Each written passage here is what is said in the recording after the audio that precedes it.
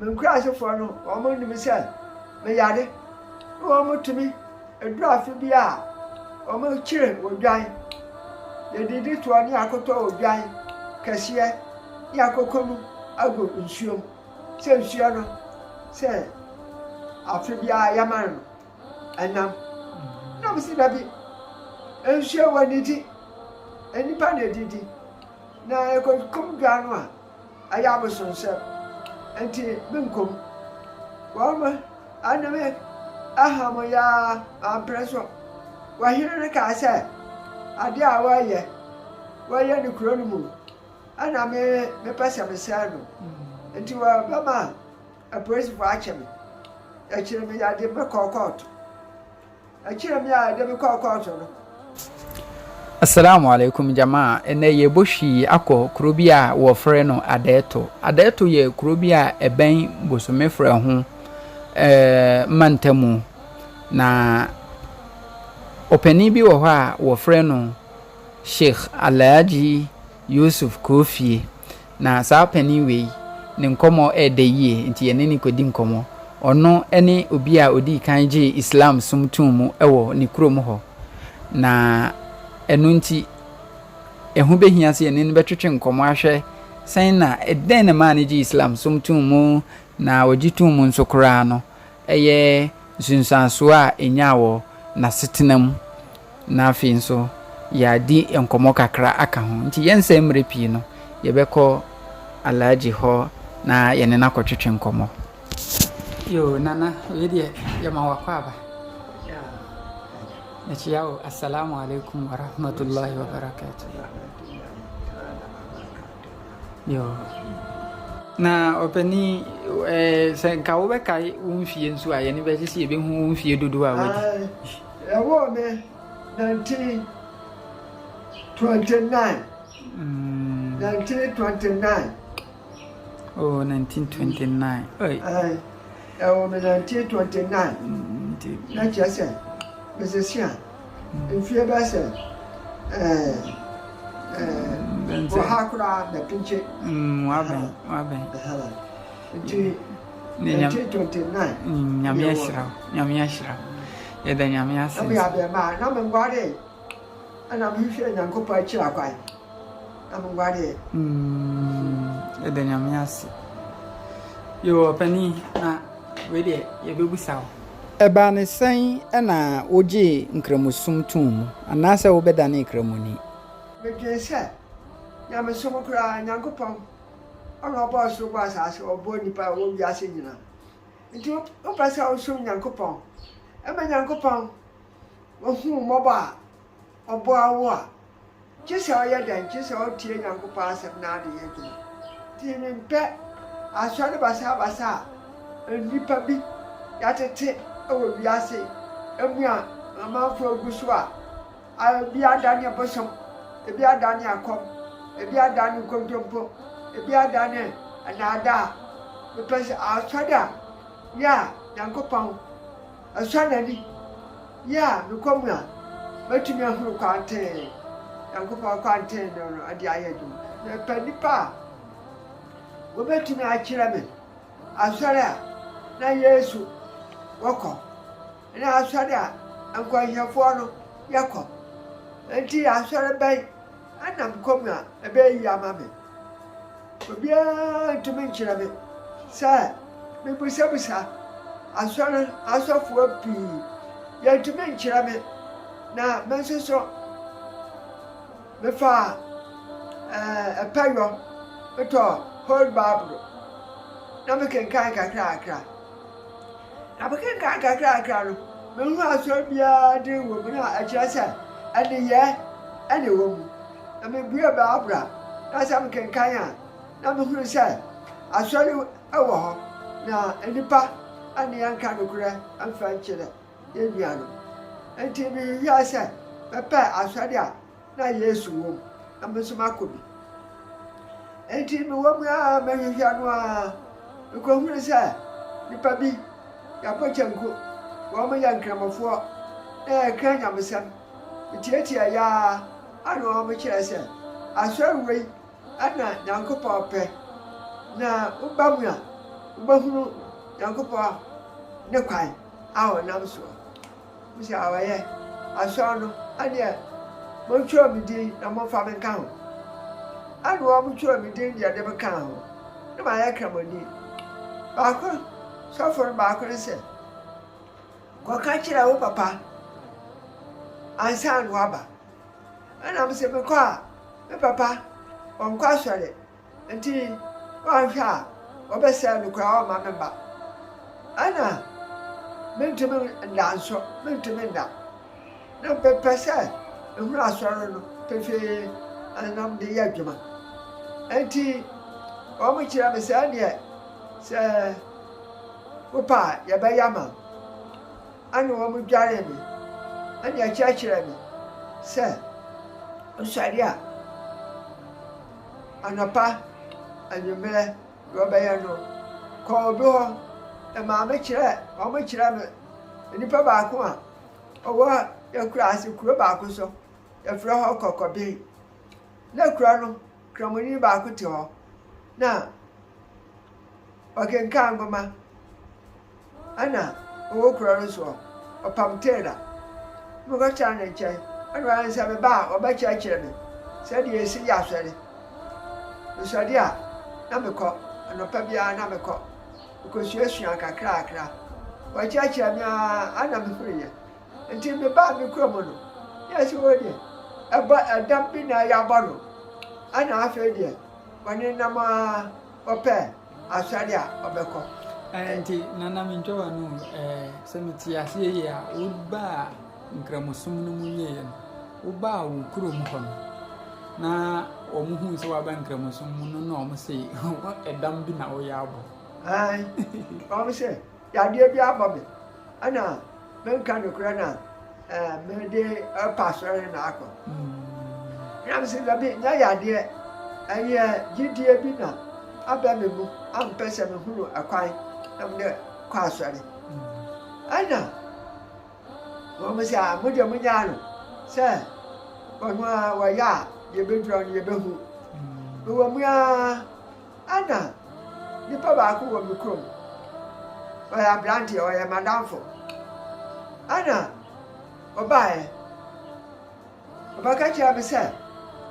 wo kumase no na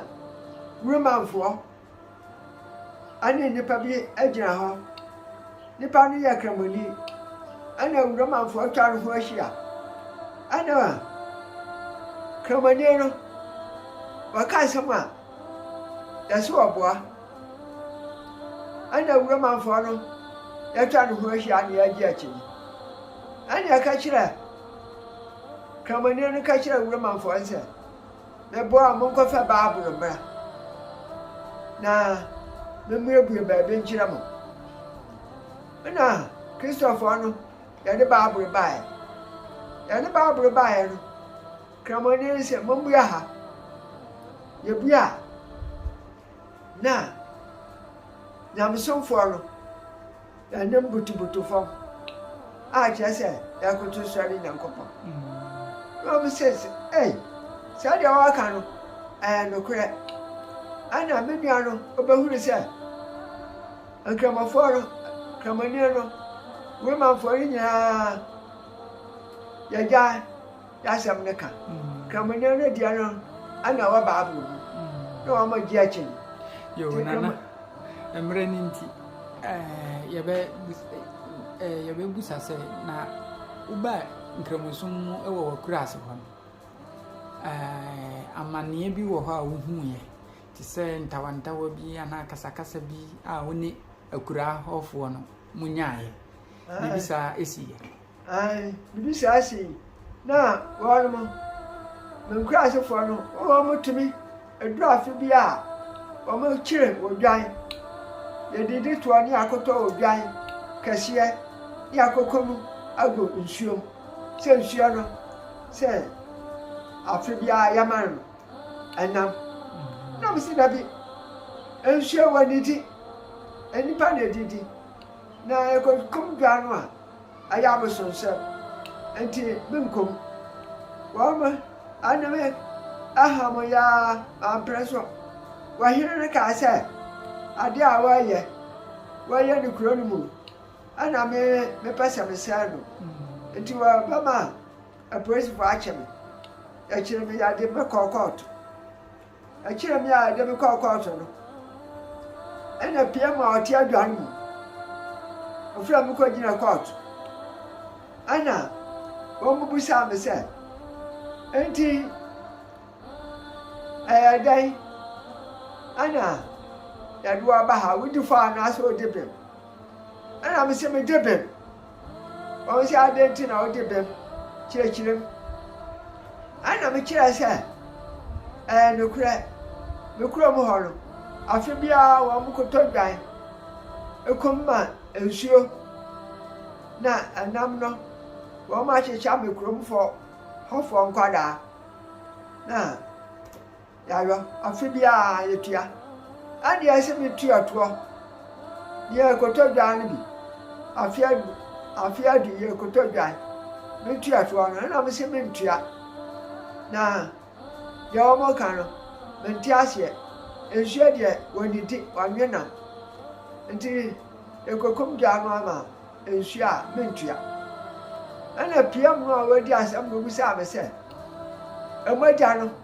ani ekotwa gu nsuo mu ana na se nsuo no na yefi anu o mo se yakoprapra nsuo no yakoti mu fie no na nsu papa enye nsu papa no ana me se mempene na me se be nyata anya sa na tie wo mu kotwa mogya no kura asa gu nsuo no asa nsuo no ana me se mentua anu o ma achemi aba ani pia me se dabi we de se wo mo kotwa mogya no gu nsuo no afa kura anu o mo de fi ekogu nsuo no nti o so ntua menya ahwe firiko obedi ana pia me jame to jame no